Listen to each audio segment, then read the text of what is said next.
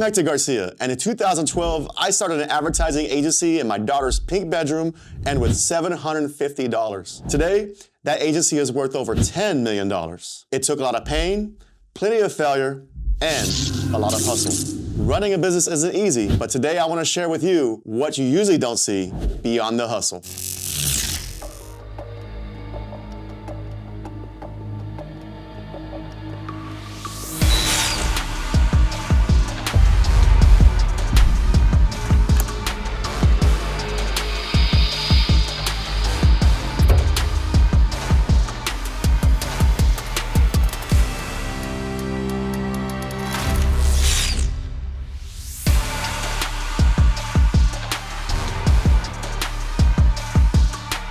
Welcome back. It is Beyond the Hustle, where we dive deep into the stories of entrepreneurs, people in the community that have risen to the top. We're looking at their challenges, their story, and their journey of overcoming. And it is episode number 9. I am here with an incredible artist I've known for quite some time. This guy I've seen rise from the bottom, and now where he's at the top. He has done a lot of murals around Houston, a lot of artwork, and probably one of the best, and if not the best, here in town. Without further ado, I have here Franky Cardona with Art by Franky. Franky, thanks for joining us here on Beyond the Hustle. I appreciate your time. As you know, we're here to deep dive into your story, talk about what made you, what created you, talk about your challenges and failures. So welcome to the show. Appreciate it. I'm ready, man. So, Franky, tell about the audience a little bit about yourself. By the way, I know Franky for quite some time, so me and him are good friends. So we'll have some off-topic jokes, and they won't get, but let's not talk about Vegas. Yeah, that's crazy. But that's for another podcast. But Franky, tell the audience a little bit about who you are. Franky Cardona. I'm a local artist out here in Houston, Texas. Specialize in murals, collectible art, pretty much anything that's creative. Yeah. At what age did you start noticing that you were creative or into art? I think every artist's answer is when they're a kid, right? But legit. Ever since I was a kid, I've been into it. I've always been into drawing. I've been into painting and things like that. I would have to say the earliest I remember painting something when I was like, it's kind of hard because it's like so long, like 4 or 5. I just remember a specific painting that I did. I don't know what my mom did with it, but I wish she would have held on to it because I remember stick figures. It was actually like 3 vases with shadowing, things like that. Like it was legit. It was like, wow. But I don't know what she did with it. I was like, damn. And in my head, it looks amazing. I'm actually probably glad that she doesn't have it because in my head, I was like, that was amazing. And now when I see it, it's probably selling her pieces back in those days. Didn't know it. But no, you come from a decent family. You talked a lot about your mom and obviously some of the times that's also with your pops too as well. Tell me about your childhood.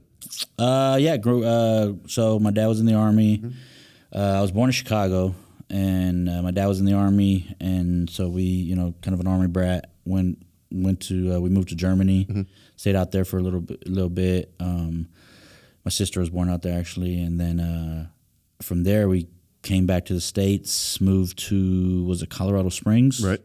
Colorado Springs. We went out to I believe it was Virginia for a little bit. And then we finally settled down here in Houston. So Houston pretty much raised me, though. You went from place to place. At what age did you settle here in Houston? I was probably like 7 or 8, something like that, 8 maybe, from what I remember. But yeah, I would say around that age, maybe closer.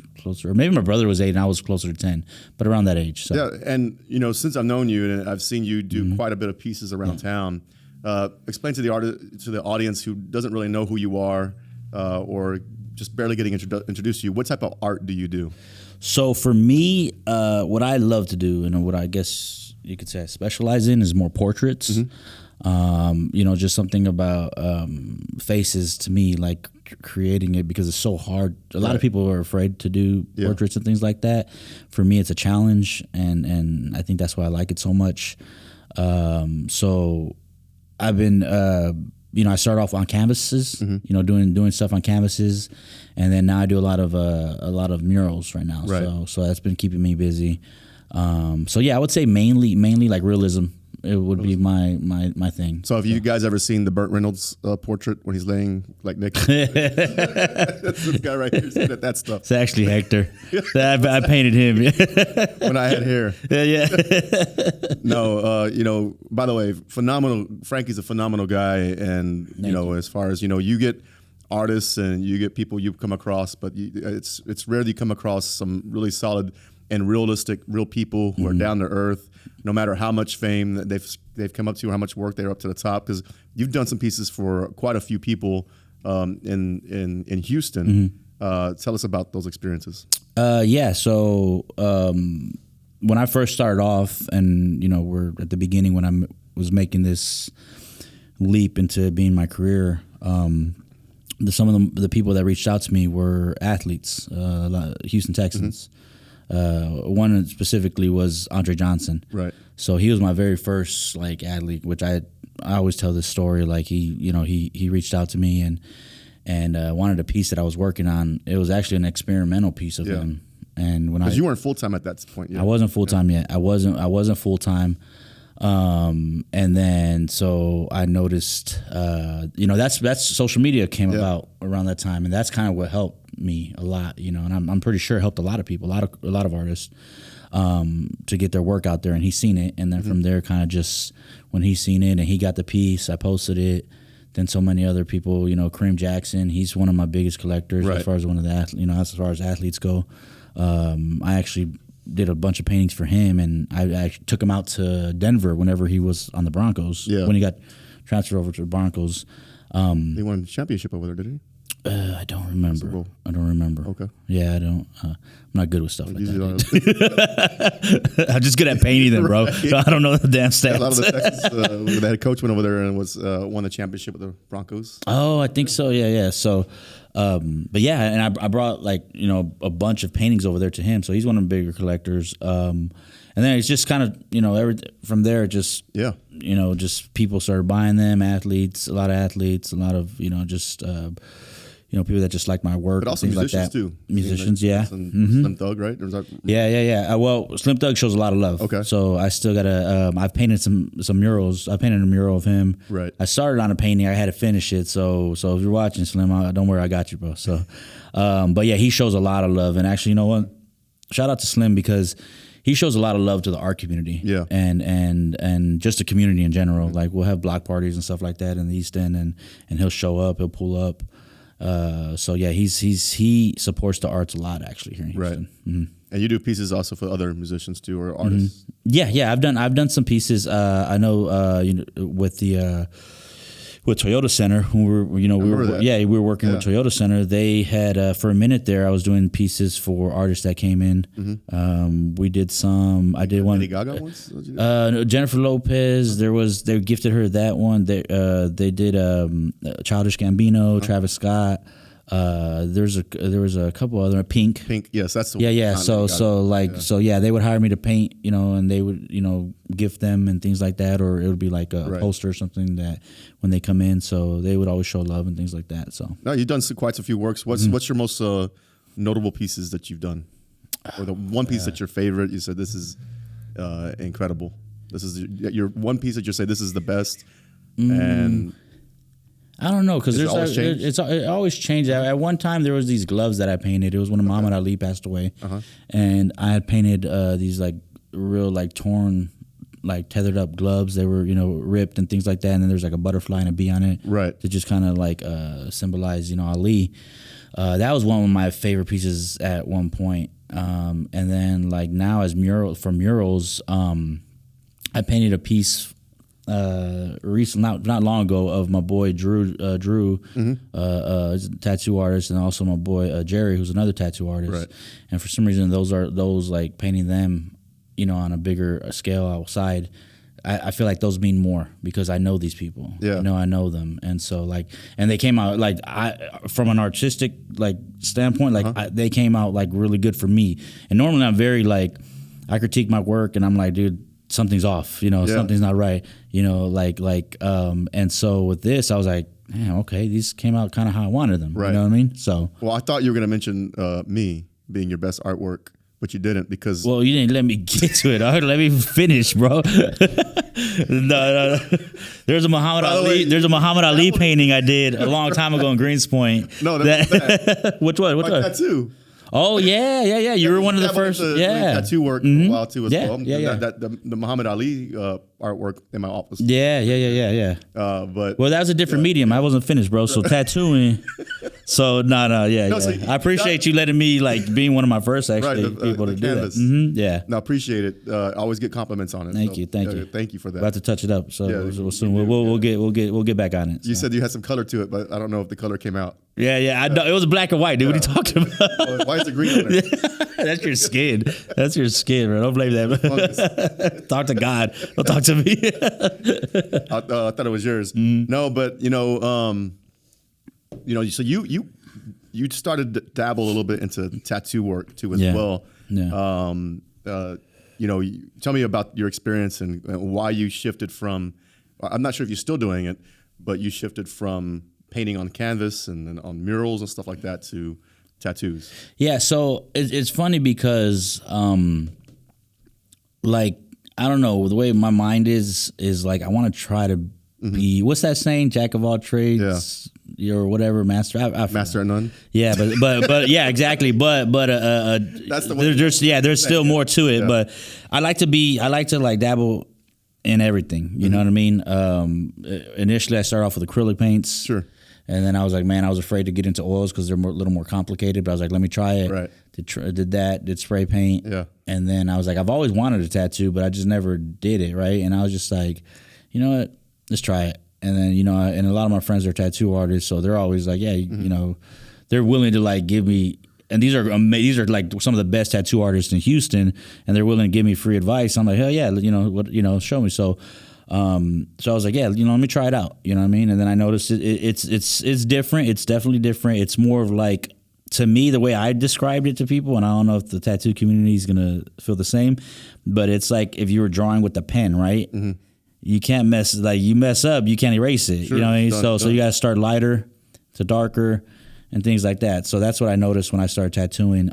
You still tattoo? I do. I still here and there. Okay. I have a lot of people that ask me, but I'm so busy with work. Yeah, it's so hard. But I do want to get better at that. That's one thing in 2026 is I want to try to tattoo at least once a week. Okay. It could be small tattoos or whatever, but just something for me to I want to get better at certain things. Right. in that part. But yeah, it's just a different medium. It's just something I wanted to learn, and so yeah, it's been going good though. Yeah. So when we first met in 2015, I'll give the audience a bit of a background. It's been 10 years. 10 years, brother. Oh damn! Okay. Yeah, 10 years. Yeah, I had hair in those days. Yeah. Oh yeah. I had a little bit extra weight too. Yeah, you're all swole now. I needed a wheelchair to get around. I was like 600 pounds light. Yeah, you were a little bigger back then. Yeah. The team had to pull me up. But no, we met because I found you on Instagram. Actually, you know what? Alfred, the trainer. Alfred That's right. referred me to you. Yeah. And because I was asking Alfred, hey. Because I think he was posting about you and posting your stories of you doing artwork, and we connected. You came out to our office at that time, Greenspoint, and did a Muhammad Ali mural for us up there, and from there, I remember you working at the Union Pacific, the railroad, Mm-hmm. You were working full time. You were working pretty decent money. 8 days on, 7 days off. Yeah, a lot of work, and you've. And from there, I know we talked. I said, "Hey, man, let's do some more marketing and branding for you, and let's get you out there." Yeah. And we connected the dots with the Astros and stuff like that. And I kind of helped put yourself in some other. Not saying we did it, but No. I feel No, you definitely opened it. That Astros deal was one of that was for me that was huge because it was just a great opportunity to be one of the first artists, right? Because you remember they had that wall. Mm-hmm. And they were like, we want this wall to be where we do a mural every year, different artists come every year, and I was the first one. And in the 2010s, it was the only year we won the championship when that wall was up. Yeah. So Yeah, that's one of the right. years we went to the World Series, we lost, but that's because they changed the mural. I think that's what it was. That was it's Chris's fault. Yeah. He changed it up. Yeah. No, but you know what? I'm actually glad because I look back at that and to me as an artist, I'm like, bro, that was such a horrible mural.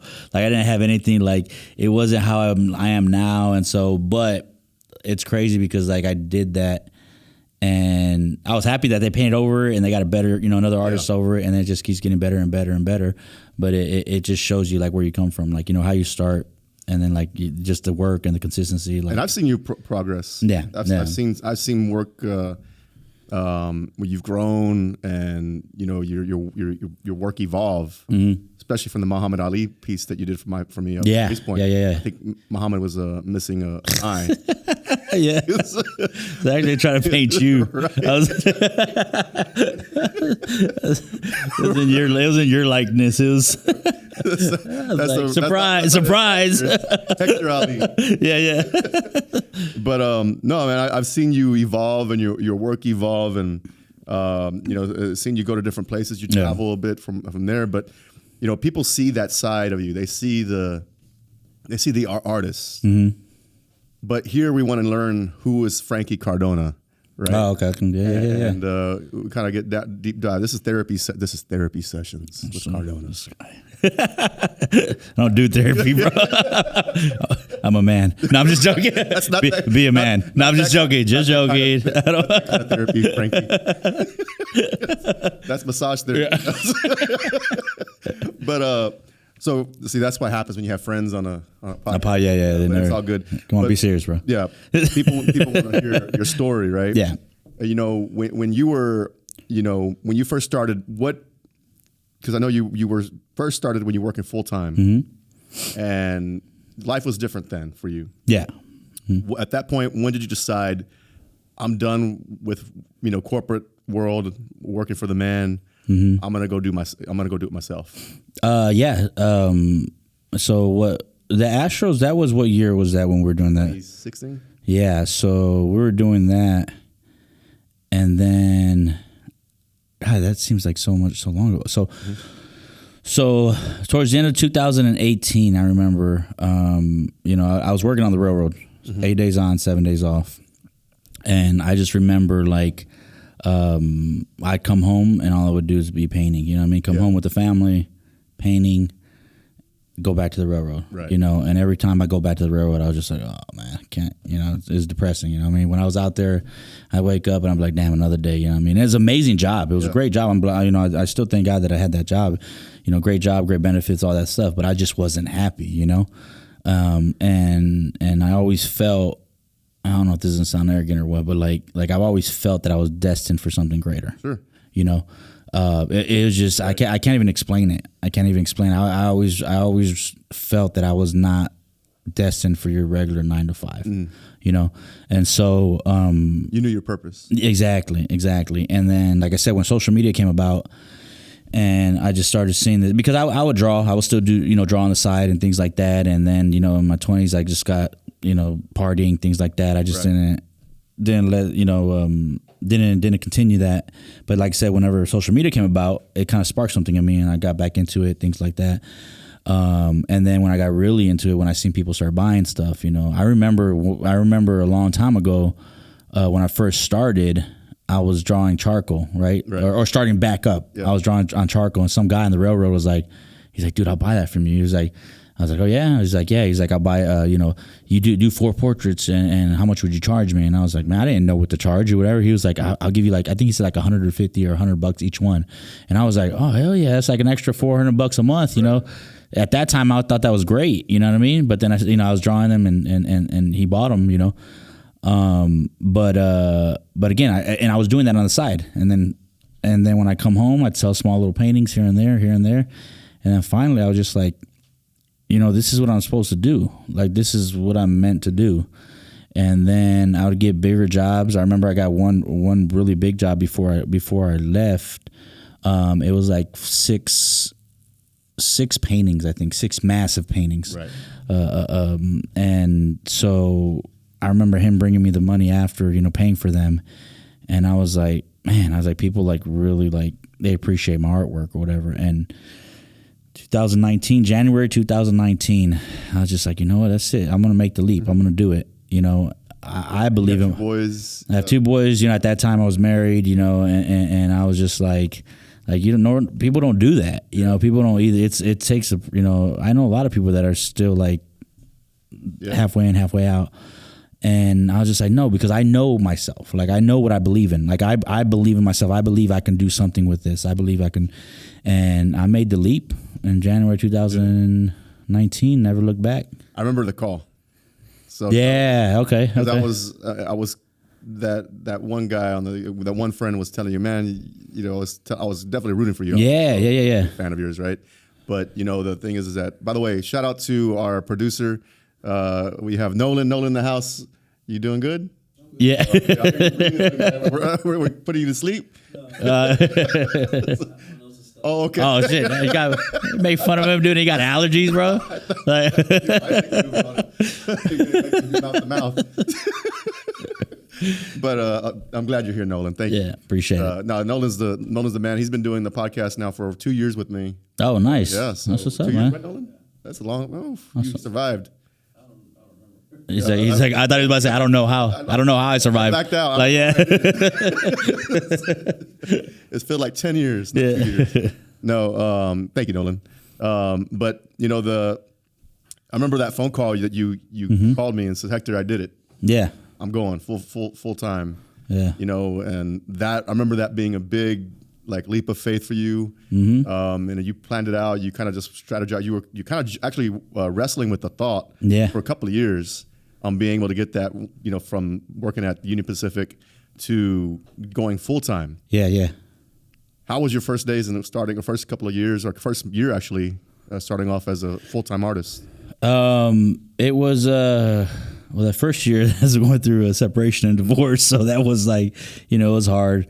And it was like, you know, dealing with that, and then dealing with the, you know, being a full-time artist and a father and things like that. It was tough, but again, like I said, I knew in that part, you know, as an artist, I knew that that's what I was destined for. Yeah, I knew it. I can't even explain the feeling. Like only people that go through this. I'm sure you've gone when you had your open your business. Yep. You know the feeling. You know what I mean? Like, you're gonna put all your chips on yourself because you know that you can't. It's everything. Yeah. So and it costs everything. It's gonna exactly sacrifice everything. Your brain. Mm-hmm.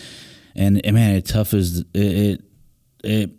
I'll tell you this: doing it will toughen the hell out of you. Yeah. Like that's another. We'll elaborate on that here in a little bit, but yeah, I just remember that first year. I remember that I just I had to keep working. I had to keep grinding. Like I was like shit. Like there ain't no paycheck coming in. I have to make my paycheck. Yeah, you know what I mean. So I thank God for him giving me the strength to do it, but also like the connections. You would help me out a lot. I had other friends that, hey, check out this artist. He just a lot of people like putting my name out there, social media, putting my name out there, like, and I just knew that I was, like I said, I was just gonna keep grinding. I was just gonna keep hustling and like. You're juggling a lot with that first year. It was, I was juggling a lot, and I just got a studio too. That was my very first studio because at first I was in the guest bedroom of my house, and then I was like, no, dude, I need bigger spaces, because I like to work on bigger canvases as well.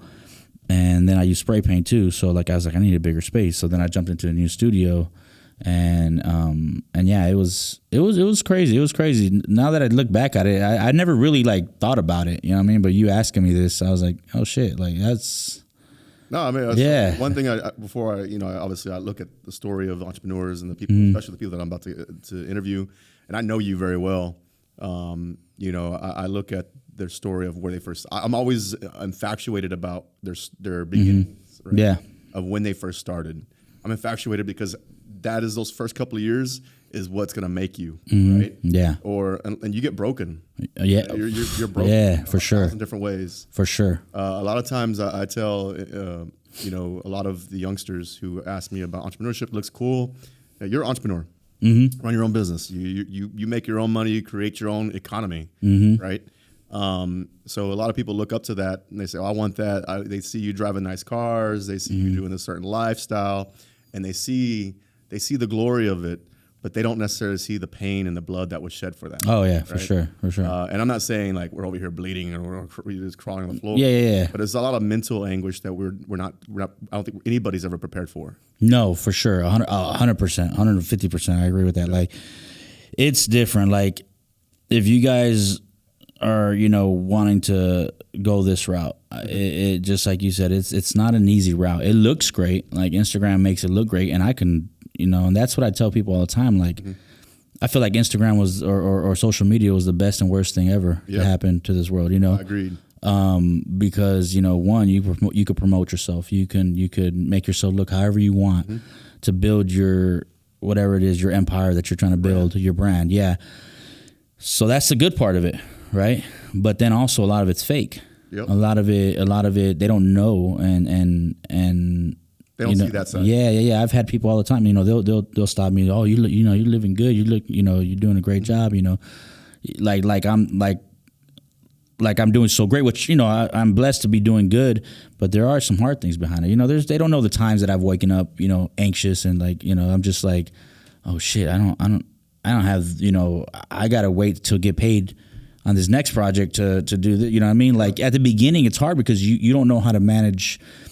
That's the one thing. If you're going to be an entrepreneur, you have to learn to manage your money properly, because if not, and I've learned the hard way that if you don't, oh my God, it's so hard. And I feel like a lot of people too, that if you're not strong enough, that will be your breaking point. I know people who make a lot of money, but they don't know how to manage it. Exactly. Yeah, and it's taken me a long time to learn that, and I'm blessed to be at a point where I'm 2019. That's what is that? Almost 6 years ago, right? And it's like I probably learned like maybe halfway through, I still was learning. And then now I'm just like, okay, like now that's 6 years later, you know what I mean? So like, I feel like if you are going to be an entrepreneur and just, you're going to, whatever route you're going to go, you got to be smart with your money. If you could learn that right off the rip, like right off the bat, then it'll be a lot easier and you won't have to go through things because there's What's your mistake? What was the big, like when you saw that money was it? If I'm going to be honest with you, like I've always had an issue of living beyond my means. Okay. And I think that like you learn that later on in life, like that's not how you do, right? Right. So if you could learn that, and that's why I tell my kids, my oldest one, Anthony, I ain't got to worry about him. That dude's he's the money, right? He's the money guy. Yeah. I'm actually gonna be. You got to connect me with him because I need a money man. Yes, I got you because I need to get with him actually because he's gonna be building my portfolio, and so like.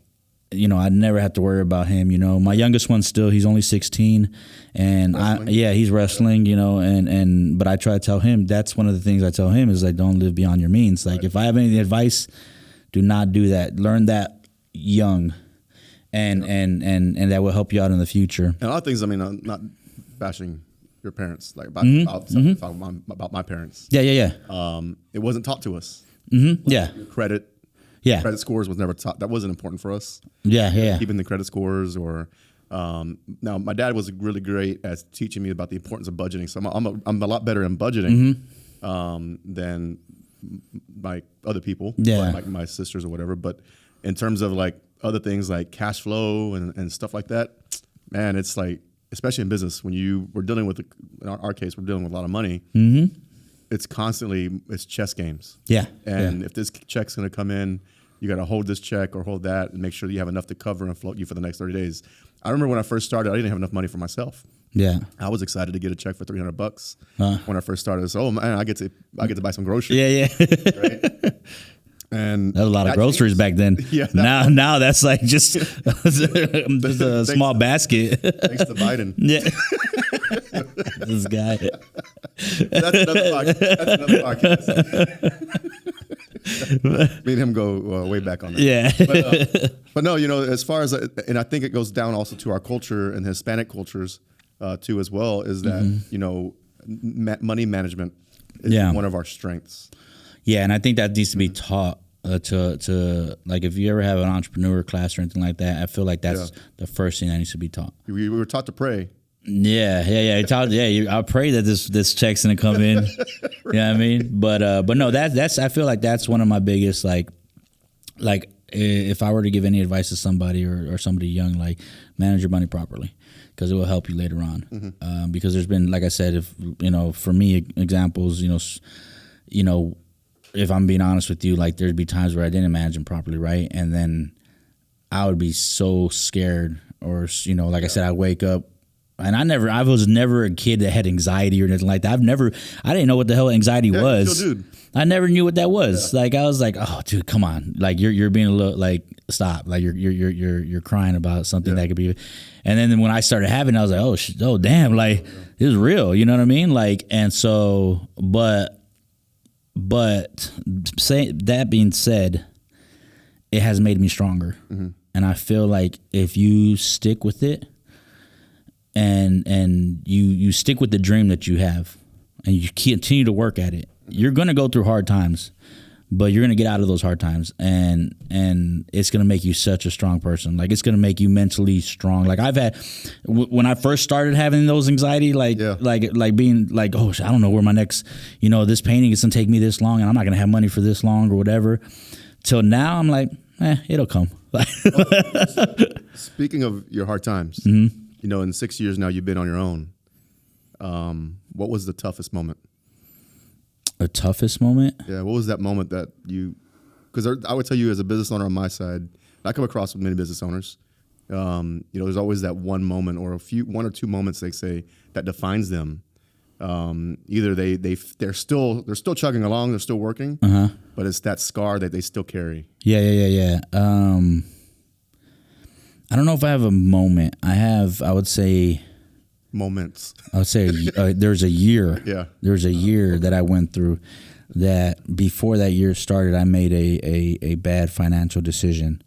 And it was just, I took out a personal loan that I shouldn't have, because I had a plan to use that loan for something, that I'm doing art, with my art. Sure.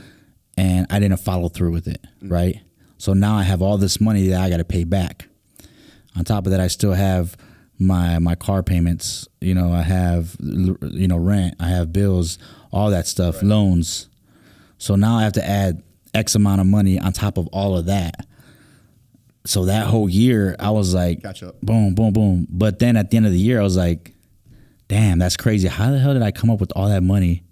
You just made it happen. And exactly. Yeah. You just make it happen. Like if you and it made me realize like that the times that I would be making excuses, like why, I wasn't making this, or I wasn't making that. I was like, dude, like you just made that whole year, like you made that shit happen. Like how'd you make that happen? Yeah. You made it happen. Yep. So don't ever tell me that there's not, like you can't do something. You know what I mean? That's why I hate when people say I can't do something. No, figure it out. Yeah. Figure out how you're going to do it. Don't say you can't. Don't ever say you can't do something. Yep. Figure out how you will do it. It shouldn't be in your vocabulary. It shouldn't ever, especially if you're an entrepreneur. Absolutely. Especially if you're an entrepreneur, I would say I can't do something or I'm not. You got to try it first. You know what I mean? So there's always a way to do something. Yeah. You just keep fighting at it. You just got to figure it out. Yeah. You got to figure out that way. You know what I mean? And the thing is, like you learn a lot of perseverance. You learn about fight.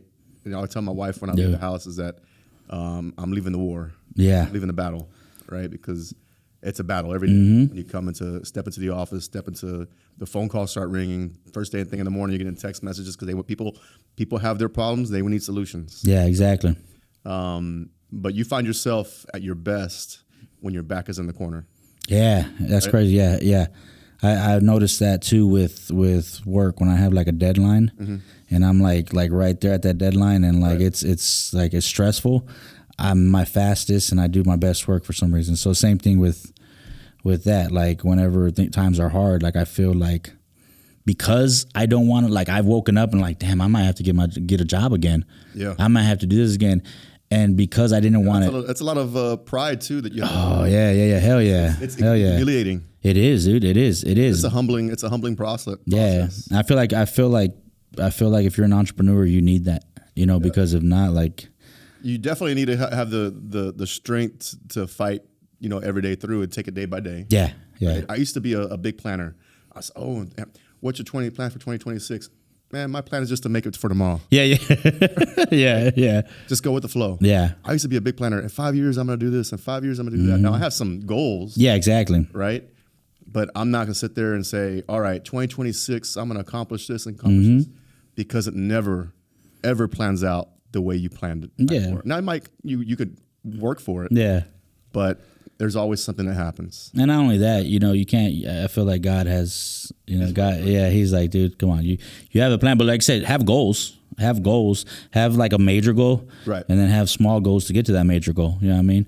But I think that's like, I like that way of thinking as well. Like, just go to the next day, every day, one day at a time. Yeah, one day at a time. Today's a bad day, man. Today I lost. Exactly. You have 7 days of the week.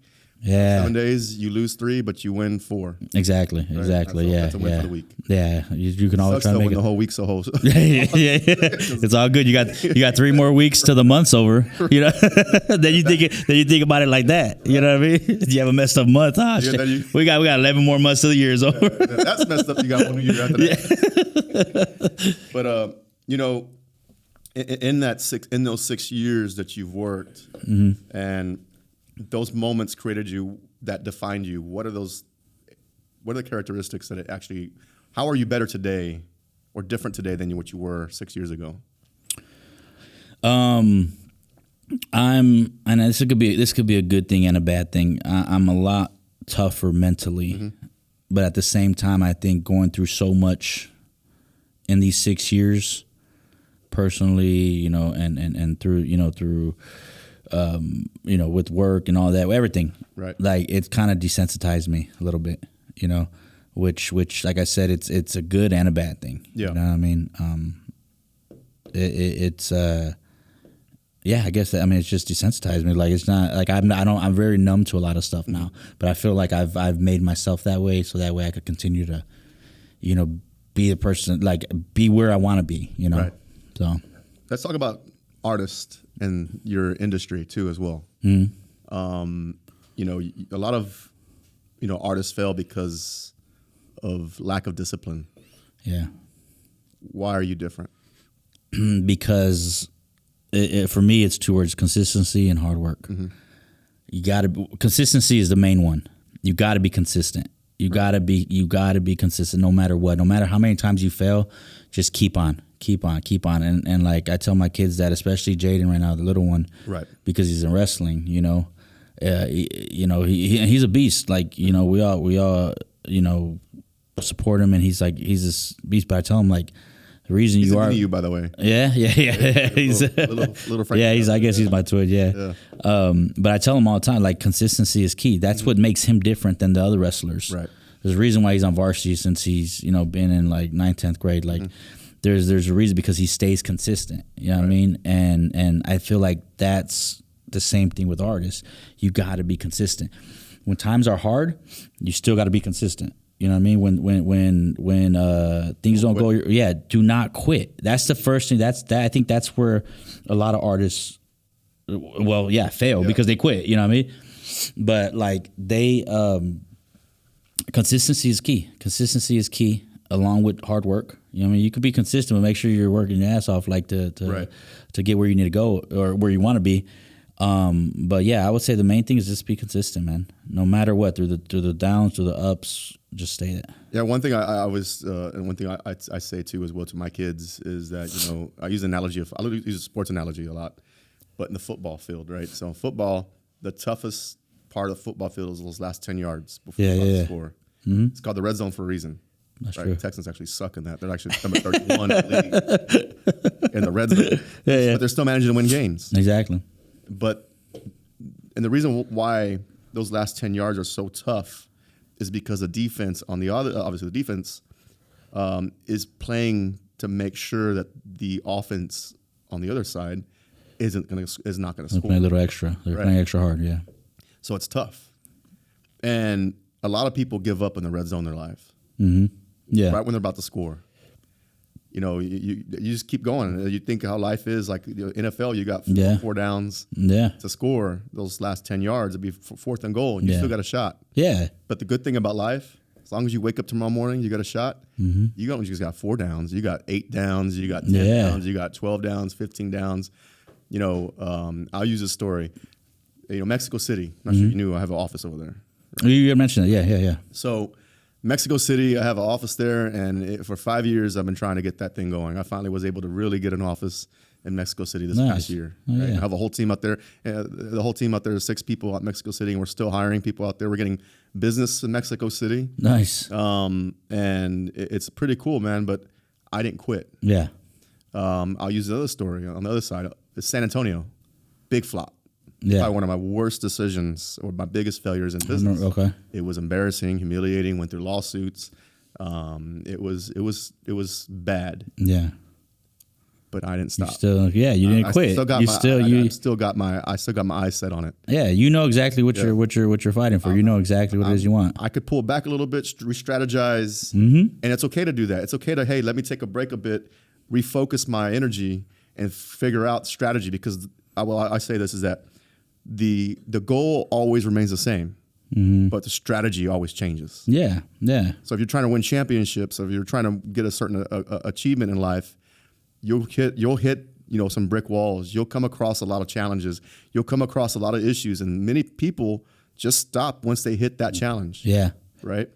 But it's the champions who in life and the championship teams like Michael Jordan and Kobe Bryant, and who figure out a way to say, you know what, I'm not going to stop. And even when they win championships, Kobe won like 5 championships, right? Yeah. 5. So, you have maybe more. Don't fact check me on that. Yeah, me either. I'm just agreeing with you. I'm like, he won some championships though. Yeah. He won some championships. Yeah. But he wasn't satisfied. Exactly. I love his mentality. Like his mentality is like how Mama mentality. Yeah. It's just and it's like it's never enough. Correct. But there's not, and people are like, oh, isn't that What's like, next? yeah, isn't that like a bad way of like living? Isn't that like a horrible way? No, dude, you're always wanting something better. You're always, and why not? Yeah, I mean, what else are you gonna do? Yeah, if you use him as an example, who won multiple championships, living the dream life, started in high school in the NBA. In his senior year, left the high school to go to the NBA. Yeah. And rose his way to the top. It still wasn't enough. Exactly. Yeah. He thought he could be better. And he worked. Yeah. He worked the same as he did when he first started, if not harder. Right. And so that's what I keep telling people. Like, you just gotta do not relax. Yep. When you've reached that, like, he's had multiple championships, and he's still working his ass off to get even more. Right. Right. A lot of people, not artists, but just entrepreneurs in general, and I would say a lot of artists. When you get, like, let's say you get a big lit, like you got a client that just paid you, I don't know, $20,000, $30,000, $40,000 for a mural, right? Yeah. And you're like, oh man, I'm good. I'm set. Like I knocked this out in a couple months. Man, I'm straight, right? Yeah.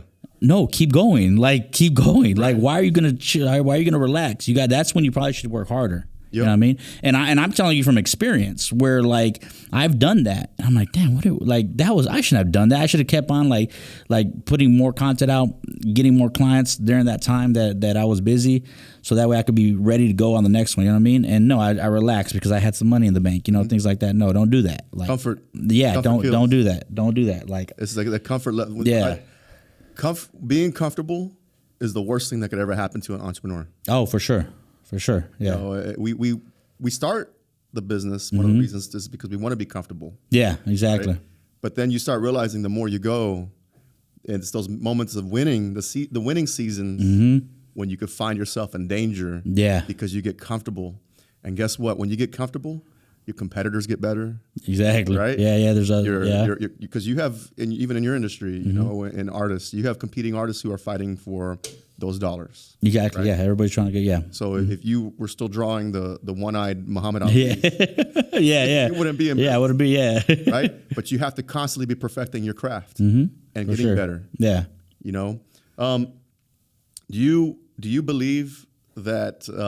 Would you call yourself a starving artist at one point, or what do you think about that? I could see like the term starving artist. I get it. You know what I mean? If you're out there, this especially for artists that have one specific style and want to stay with that style, right? So they and I respect those people. I respect those artists. As a matter of fact, I wish I was one of those artists that I have one specific style that I'm known for, and that's it. Like a Basquiat or Andy Warhol, things like that. You know what I mean? I respect that. You know what I mean? And so I could see those people being starving artists because society has not, like, they haven't accepted their vision yet, I guess you could say. So they're not buying their artwork, right? Right. But the minute that those starving artists, I actually, like I said, I appreciate them and I respect them, because the minute that they do, like, people do see their vision and see what they're doing, they're gonna hit it big. Like they hit it big. So there is that starving artist. Now for the artists out there that can do a little bit of everything, you know what I mean? Like me, when I started off, you know, I was tending to a lot of clients and what they wanted, right? And You're so getting around their needs. Yes, exactly. And now it's kind of like more like I have the last. My brand. This is. Hey, look, I know what's best for your mural. Right. Let me handle it. I'm the artist. I see that you have a vision, but you couldn't draw a stick figure. So respectfully, you know. So let me. So, but when I first started off, like, if the client wanted this, and this, and they're paying for it, you know. And that, you know, I can't say like I'm a starving artist, because, you know, I'm a working artist, you know. Do you ever feel that your style limits you? No, I think keep you trapped into. No, because I feel like my style, or what I specialize in, like I said, I like to do a lot of like you know, like portraits and realism and things like that. So I feel like a lot of people appreciate that. That's something a lot more people appreciate. You know, when you get more into the abstract and things like that, like I said, the Basquiats and things like that, that's something that not a lot of people appreciate it, so they don't see it. So like that's when that question take place. You know, what was your? And I'm pretty sure maybe the person that's watching probably gonna end up watching. Yeah, but your worst piece. My worst piece? Yeah, that you regret, that you wish you never did. I don't have a piece that I regret, or one that is like, man, this is not something I'm proud of. It was the Muhammad Ali. No. It was no. It was the Astros piece. Really? Yes, I because I don't regret it because of the doors it opened, but from me being an artist, I was like, man, and that was being posted like a million times. Yeah, I was like, oh, shit, that's horrible. Like, dude, like the placement of it was off. Like, I was like, I just like threw stuff on the wall. That's what it looked like. Skyline, it was huge. Yeah. It was, yeah. So like, I feel like that's one of the ones that I was like, I could have done better on. That I was there was one for the ESPN one, the UFC one. When I go back and I look at it, I was like, oh, that was horrible. And then like because the eyes were a little off, it was a rushed project. Sure. Which again, like as artists, you know, you gotta plan everything out and make sure. But yeah, I tell people you can't teach Van Gogh. You can't tell Van Gogh to. Yeah, exactly. A certain time frame, but at the same time, you got deadlines to make. Exactly. So when you're a working artist, you have deadlines. You know what I mean? But whenever you have those artists that have that specific style, like you can't tell them what to do. It's my style. No, I'm not, but I want to. I heard the art is crazy. So. I went there this past summer, and it definitely opened my eyes to the art. Like that's wild. It's a whole nother, like just life. It comes the art comes to life. And think about it. At that time, there was those guys did everything like freehand. There was no projectors. There was no iPads, nothing like that. Like there was like I know like their projectors back then, they did something with mirrors or something like that. But for the most part, it was like freehand. Like, and so like that they made their own paint. Yeah. Like back then that was wild. Like yeah. So and I mean I highly recommend if you're an artist you got to go to Italy. Yeah. See the artwork out there. I'm gonna have to check it out. It's definitely on my bucket list. Like for me, it moved me. Yeah. And I realized it wasn't until then I was there and I was looking at the art and the pieces and I was like, man, in these days and those days they didn't have technology. Yeah. They didn't even know how to read. Right. Most people didn't know how to read. Yeah. And the way they expressed themselves or had something come across or they didn't have television or they didn't have those moving parts like we have today. What they did was they painted. Yeah, sculptures too. A lot of sculptures. Yeah, sculptures. Yeah, that's the one thing I want to dabble in is sculpting. So yeah. David. Yeah, yeah. I won't go into that. This is the family. Family, yeah. Yeah. It's not, but Yeah, no, I know. I was like, it's not family, but we won't go into that. What scares you today? what scares me today? This is 6 years. Do you wake up scared? Not anymore. Like I said, I think I've. No, I can't say that. There are times. There are times that I do get worried, but like I said, I've been. In a way, I've like mentally. I've hardened myself mentally, and that's where the being desensitized kind of helped a little bit.